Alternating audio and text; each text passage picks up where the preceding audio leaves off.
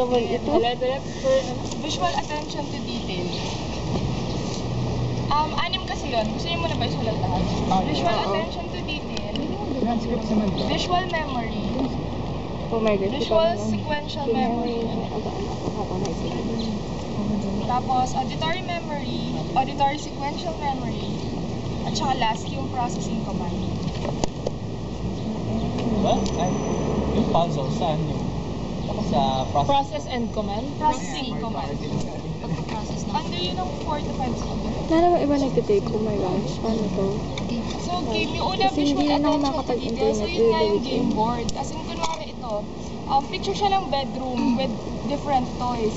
Sasabihin mo sa kid, kunwari siya yung kid. These are the toys found in the bedroom. Sasabihin mo. This is a block. Tapos next, this is a doll. As in, enumerate mo lang lahat ng pictures. Or pwedeng yung kid din yung magsabi ko ano yung nasa picture. Kaya tatanungin ni Mao, do you know what this is? Parang Oo, pwede rin. Pero kung di niya alam, okay lang na ikaw yung mag-label.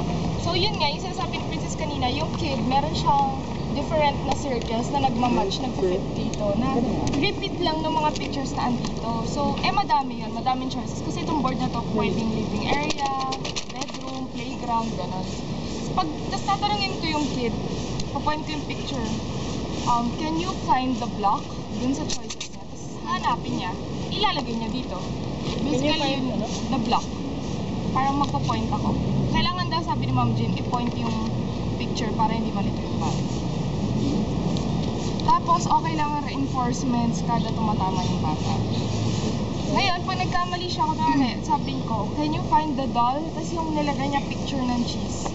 Tapos parang i-describe mo ulit. Are you sure that's the right one? Sabihin mo.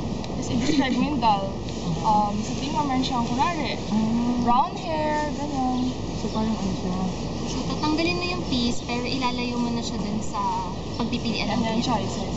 So, kukunin mo yung maling piece, ilalayo mo na siya para hindi na siya mali. Parang cancel out na. Kasi perception, para malaman ng bata na mali yung piece na yun. Kasi this is the first person.